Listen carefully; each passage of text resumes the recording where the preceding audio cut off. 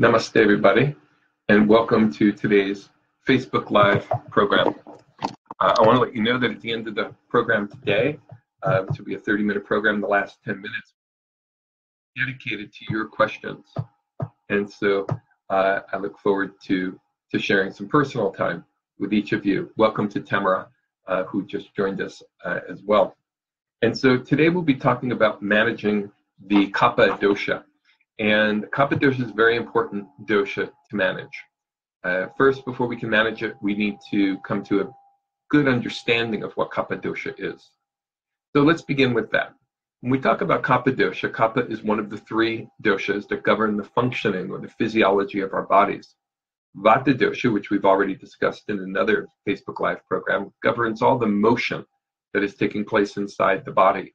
Pitta Dosha governs all of the metabolism that is taking place inside of the body. And Kapha Dosha governs all of the structures of the body. So our bones, our muscles, our body fat, all of the structure, everything that gives us solidity, everything that allows us to be here in the physical world is governed by Kapha Dosha, the solidity of the world. Now, to really understand Kapha Dosha, we want to understand that Kapha Dosha is made up of the elements water and earth.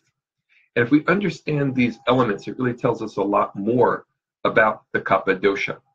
And so Kapha Dosha, water rather, is really that which gives our body deep nourishment and deep satisfaction.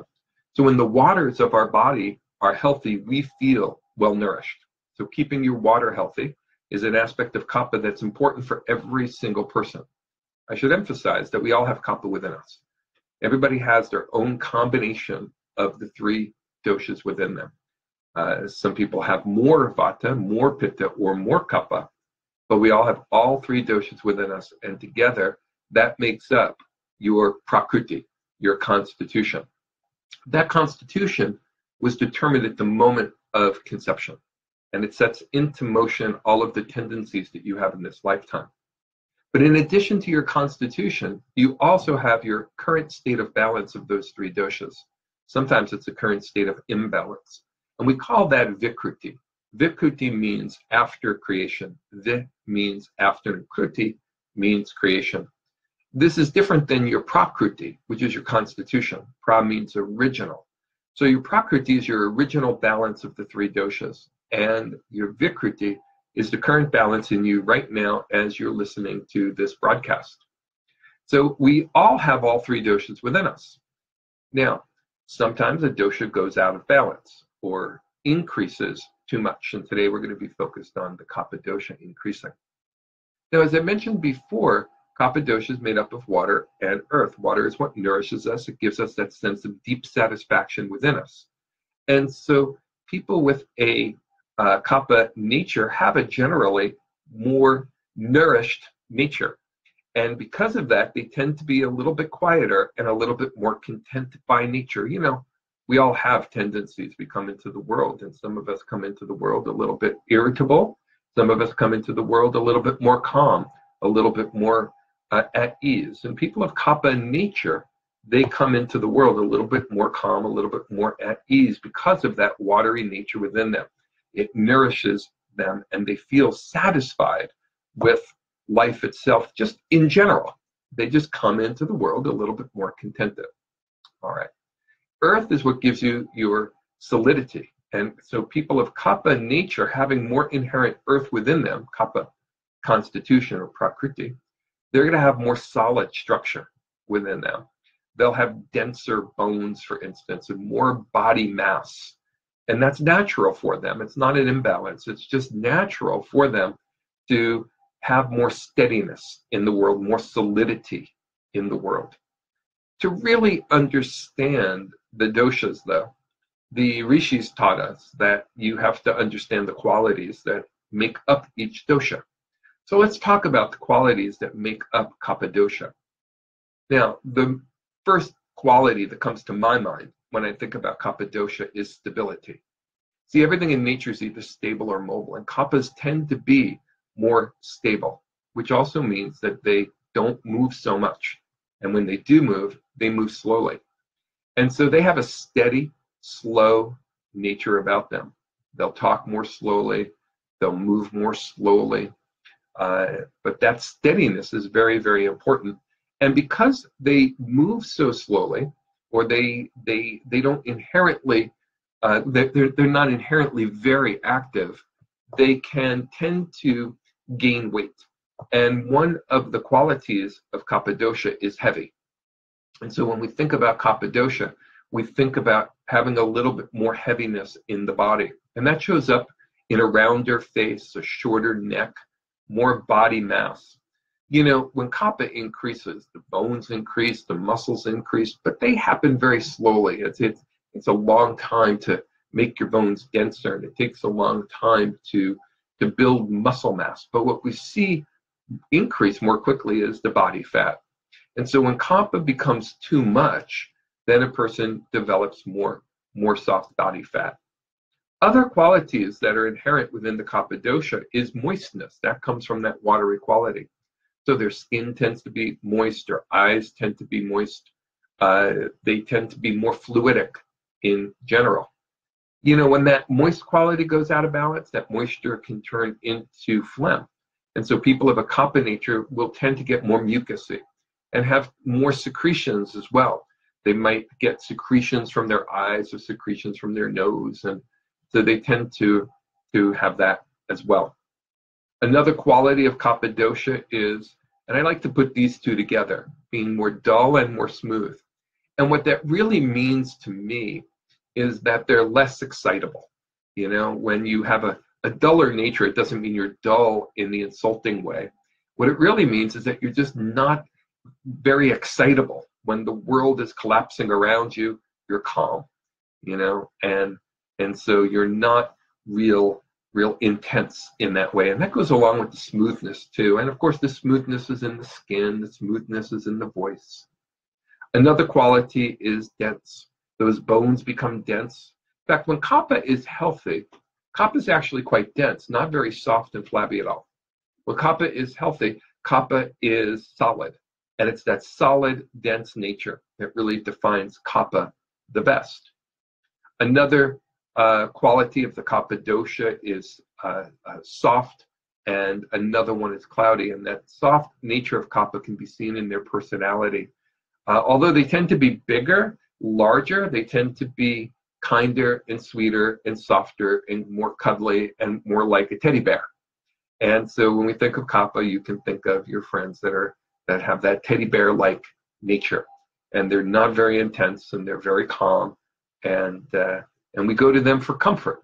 And people of Kapha nature have that motherly quality about them, that nurturing quality about them.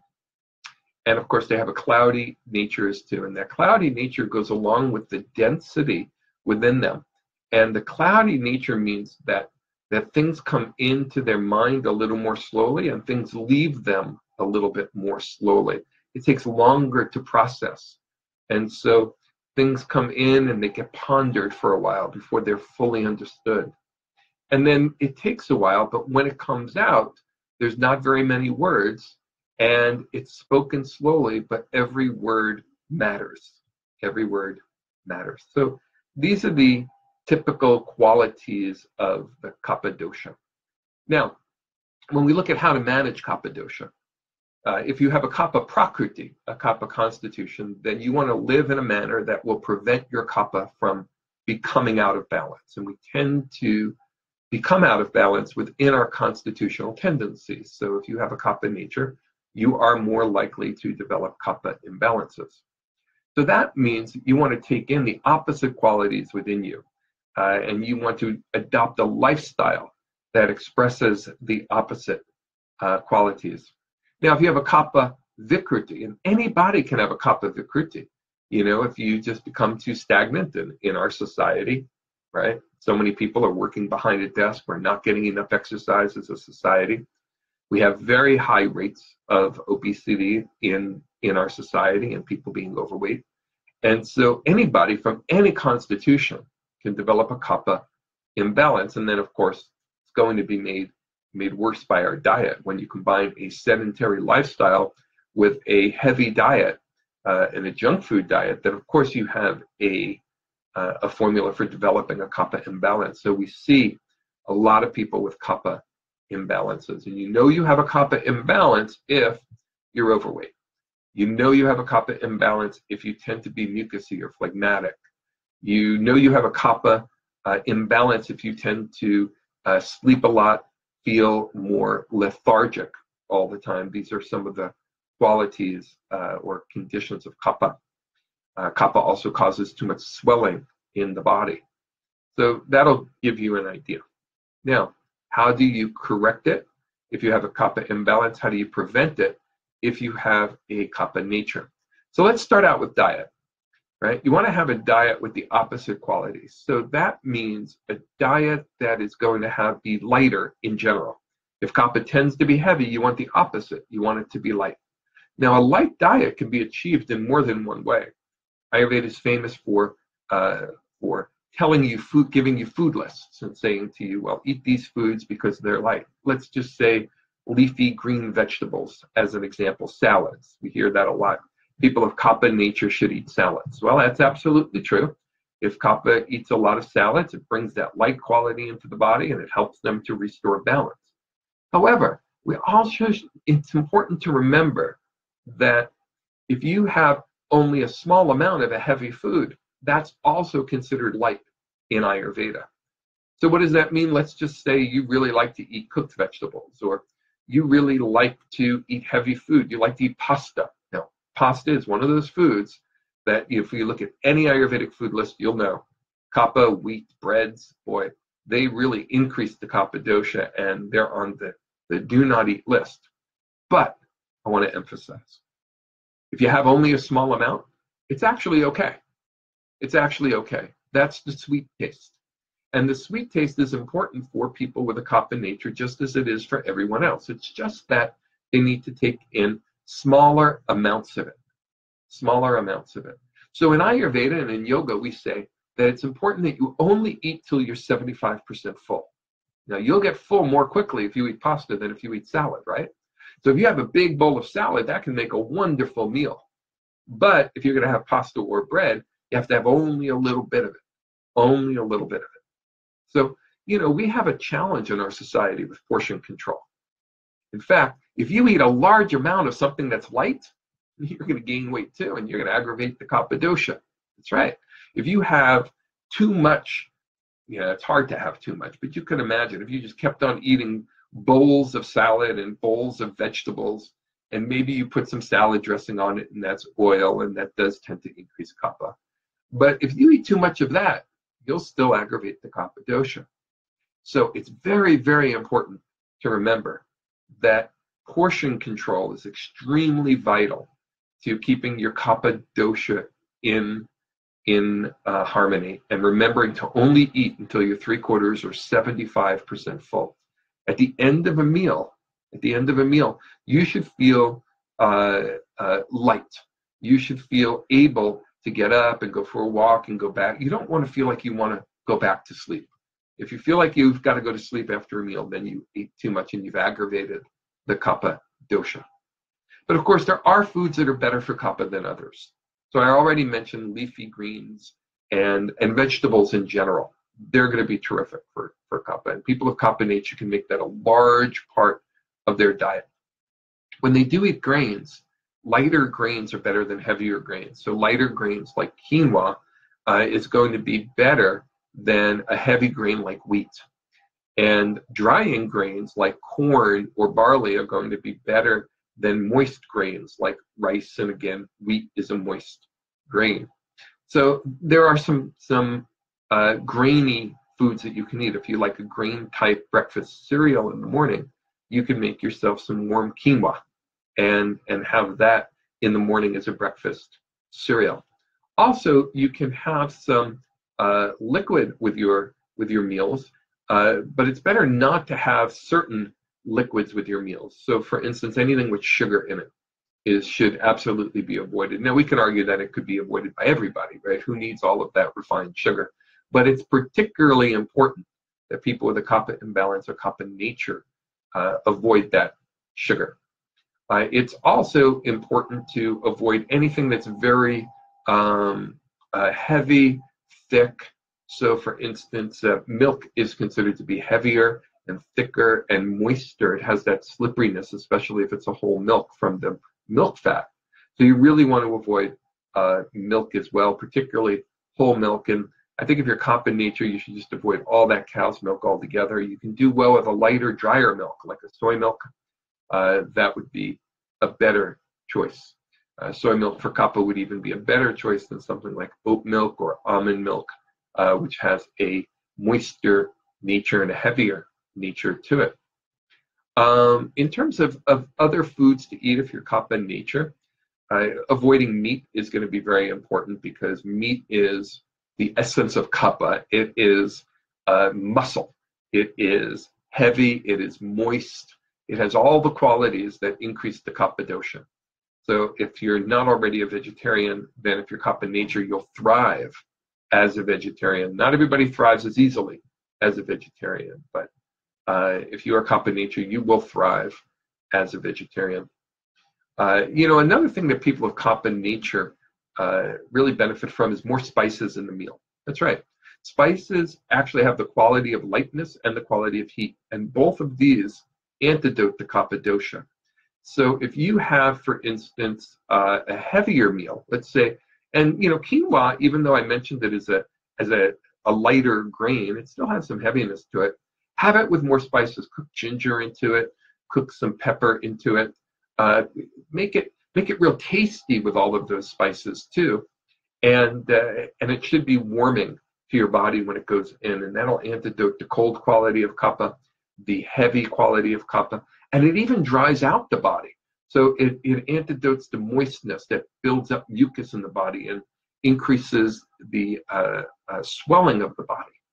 So by all means, if you're one of those individuals that likes to have hot food, then Kapha thrives on a hot, spicy diet as well as a lighter diet. Going back to the idea of eating till you're 75% full, it's really about reducing the overall total quantity of food that you eat. So people of a Kapha nature thrive eating just 2 meals a day. That's right. I know you brought up to eat 3 meals a day, but people of Kapha nature digest food more slowly. It sits in their stomach longer. It sits in their intestines longer. It takes longer for a person of Kapha nature to gain their appetite back after a meal. And so 2 meals a day will help Kapha to thrive. Now, if you have a Kapha imbalance, but you're not Kapha nature, you may be craving more food and you have a combination imbalance. And when in future Facebook talks that I give, in fact, the next one in the series will begin that. I'll talk about dual dosha. And we'll talk about Vata Pitta in our next talk, which is going to be March 22nd. And then I'll talk about Vata Kapha, and then I'll talk about Pitta Kapha, and all the different combinations. And those will be coming up, and how to reduce those combinations. Now, in the few minutes we have left, I do want to talk about one other thing besides diet that is so important for people of a Kapha nature, and that is to become more active. Active is motion. And so people of a Kapha nature have that stable quality I mentioned earlier. And so having that stable quality is antidoted by motion. So you want to get up and you want to move around. And anything that you can do to gain more activity would be great. Now, the nature of a person of Kapha nature is to not want to move so much. And so this is part of the problem. But you have to decide that you want to be healthy. And so park your car far away when you go to a supermarket, let's say. Park your car far away from the entrance so that you get the longer walk in and the longer walk out again. That's going to be very, very good for you. Of course, if you can get yourself into a walking routine, that'll be great. Now, if you're younger and you've got a strong body, you want to start going to the gym, that's fantastic. Sometimes getting people with a Kapha nature to be motivated to go to a gym on a regular basis is more challenging. So I like to encourage my patients to develop an active lifestyle just every day, which is why I like to see them walk to work if they can possibly do that, bike ride to work if they can possibly do that. Depends on where you live and if that's a reasonable thing for you. At lunchtime, go for a walk. Bring more of that into your life. Go take a yoga class.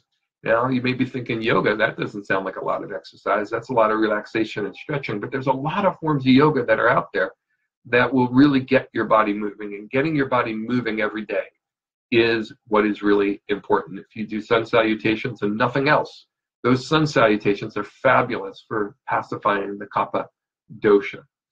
So more and more exercises is going to be very important. And so these are some important things that you can be doing in order to pacify the Kapha Dosha. I'll mention just one more thing, and then we'll go into taking questions. And so just a few other things to remember, and that is that people with Kapha nature need stimulation. And you can get that stimulation in a lot of different ways. But get yourself not just out exercising, get yourself out into the world having experiences. Live a stimulating lifestyle. Go to a movie, go to a concert, go to a theater, go. That is also mobility. And drive a different way to work. Go explore the mountains. Go explore a new trail to see something new. All of that helps to balance the Kapha Dosha. All right, I'm going to take a look at the screen here now and see if I can identify a few of your questions. One of them here says, I sweeten often with dates or honey. Is that okay? That was Michelle who said that. Are honey and dates okay?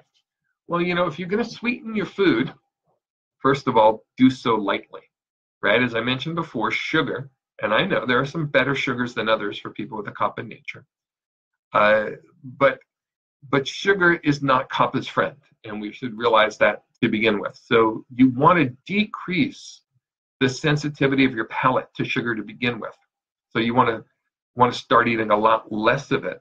In fact, if you can begin with a cleanse, then you break your addiction to sugar and sweet taste. And then even a little bit of sweet taste tastes wonderful and tastes sweet. Of the various sugars that are out there, honey is going to be the best one for people of a Kapha nature. However, it should be older honey. When I say older honey, honey that's more than 6 months old. The nature of honey changes as it gets older, and it becomes drier and it becomes a little hotter. And those two qualities help to balance Kapha Dosha. There are even some texts in Ayurveda that say the Kapha Dosha can be used to actually reduce the Kapha nature, but it still should only be used in a small amount. And I would recommend that if you're going to have honey, put it into something that's spicy so that you're helping, again, to warm it up. Use those spicy, let's just say you're having a tea and you're adding honey to your tea. Make it a tea that has more clove and pepper in there, like a chai. That would be a good way to use honey. As for the dates, no, the dates are really not a very good sweetener for people with a Kapha nature. In fact, I'd say there really are no other sweeteners that I would recommend for someone with a Kapha nature. And even with honey, you want to make sure that you don't do too much of that. All right, there was another question. I always want to snack at night. Am I a Kapha? Well, no, not necessarily. In fact, snacking is not Kapha's nature. Isn't that a surprise? Right? You might think you're Kapha because you want to eat more. But in fact, Kaphas want to eat less. What? Kaphas want to eat less? Yeah, they actually do. It's just that their metabolism is so slow that they gain weight even if they eat less. Yeah. Their nature is to be sluggish, so they gain weight even if they eat less. People of Kapha nature, the food sits in their stomach. And so because of that, they don't have a genuine appetite again for a long period of time. And so they're very good eating smaller portions in general, especially if they're balanced, and having 2 meals per day. Now, the reason we snack is complicated, but the number one reason why we snack is actually due to a vata imbalance, because we're trying to ground ourselves from running around all day and having so much going on inside of ourselves. And we're busy, and we're feeling unsatisfied with life. And so one of the ways we can get some quick satisfaction is by snacking. Of course, you can snack at any time. Okay. Now, if you do snack at night, yes, you will increase your Kapha. It doesn't mean you're a Kapha nature, but you will increase your Kapha because your metabolism is slower at night. And so if you eat at night, it's more likely to turn to body fat. And so you can develop a Kapha nature by snacking at any time, and even more so when you snack in the evening. But it doesn't mean you have a Kapha constitution, okay? But you will be more likely to develop a Kapha vikruti or a Kapha imbalance from any snacking. Honestly, snacking is overrated, right? If you had really good, healthy, nourishing food, you would digest that food, you would be satisfied by that food, and then when you get hungry again, you would have another meal. And so snacking is not something that is highly recommended anytime. All right, another question. Am I a Kapha vata? What role do cravings play in balancing the dosha? I tend to crave large quantities of cold cucumbers with vinegar, but this is not recommended for Kapha vata types. Well, as I mentioned earlier, we're going to get more into Kapha vata combinations in the upcoming, and other dosha combinations in the upcoming Facebook Live videos that I'll be doing. But briefly, what Kapha and vata have in common is that they're both cold. All right, and so certainly everything that needs to be taken warm and spicy, and that would be the number one thing to begin to focus on. All right, is to make sure all your food is spiced and all your food is cooked. It is a lot more complicated when you have combination imbalances, and the cravings are probably coming from the vata imbalance. Like I said before, we tend to have these intense cravings when we feel more dissatisfied within ourselves.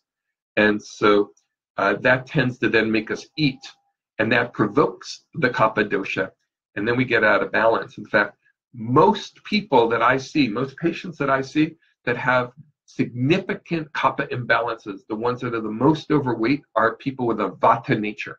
Does that surprise you? They're the ones with the vata nature. And it's because they are feeling dried out, feeling dissatisfied, and they start to snack, they start to eat, they get nervous, they do nervous eating, they're not sleeping, so they're eating at night, and they tend to gain the most weight. They have the most emotional eating, and when they do have a Kapha imbalance, but it's being driven entirely by vata, and that's a vata Kapha imbalance. As for vinegars for a person with a vata nature would be okay, but not so much for a person with a Kapha nature and imbalance. And we'll get into a diet specifically for people with a vata Kapha nature at one of our next programs. Now, another question I have is, what do you recommend for reducing inflammation? I'm Kapha primarily, vegetarian. I eat very little sugar. I drink lots of lemon water. Need to definitely exercise more, but it sounds like you're still getting inflammation. Well, inflammation tends to be more of a pitta nature. Now, especially when it's a hot inflammation. When I talk about inflammation, I mean the inflammation that's producing pain, the inflammation where there may be some redness around the joints of your body. That tends to be due to pitta, as opposed to the colder inflammation, which is swelling of a joint or swelling of parts of your body, where it's not red, it doesn't hurt as much, but it feels really boggy and difficult to move those parts of the body. So if you're trying to reduce Kapha inflammation, that's due to excess water, and you need to bring in more of the dry quality. And if you're trying to reduce the pitta inflammation, which is excess heat, then you need to bring in more of the cold quality. Now, if you have that pitta Kapha combination, and we'll get into this in more detail, the bitter taste is the best taste for both pitta and Kapha, and it's also the taste that removes inflammation. I know inflammation is a big subject for a lot of people, so I'll just say that one more time.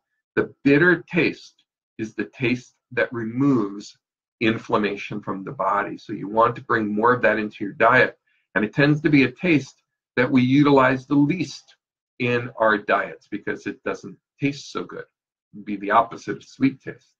But you want to focus on that. And there's a lot of herbs that are bitters that are also anti-inflammatories as well that can help you.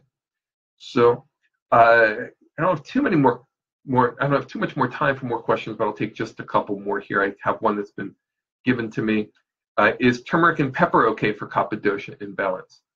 Fabulous for Kapha Dosha imbalance. Increase your turmeric and mix it with pepper. Wonderful combination.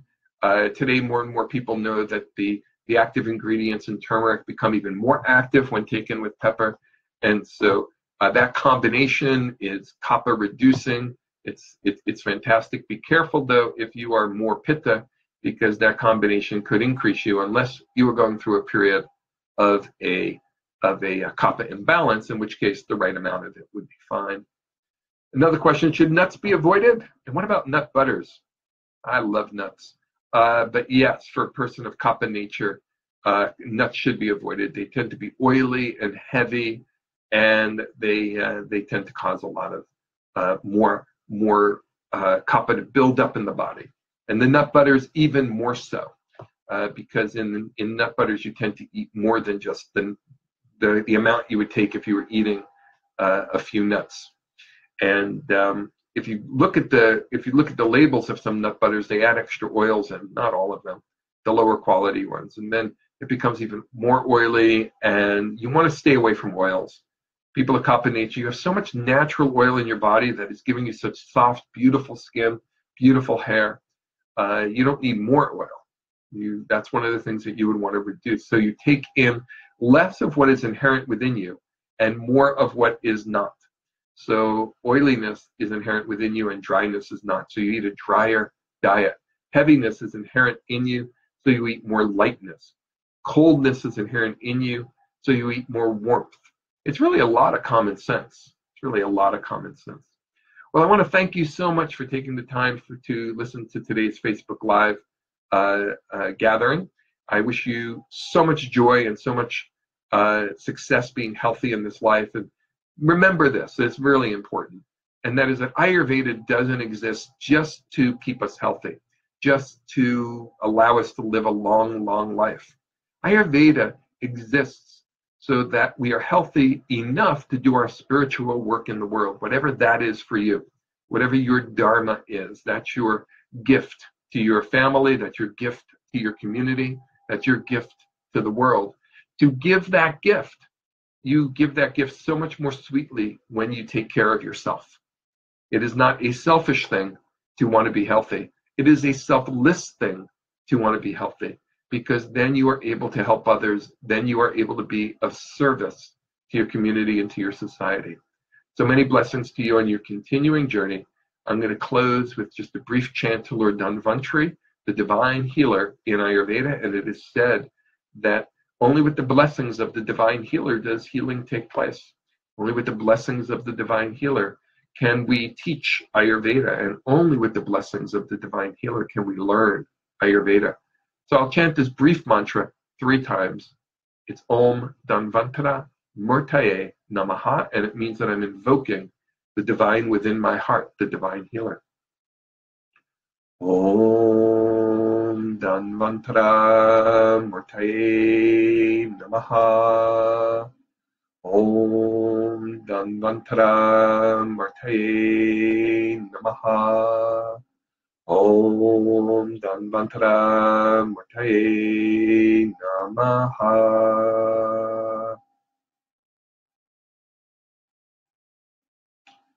Be well, be kind, be love. Namaste.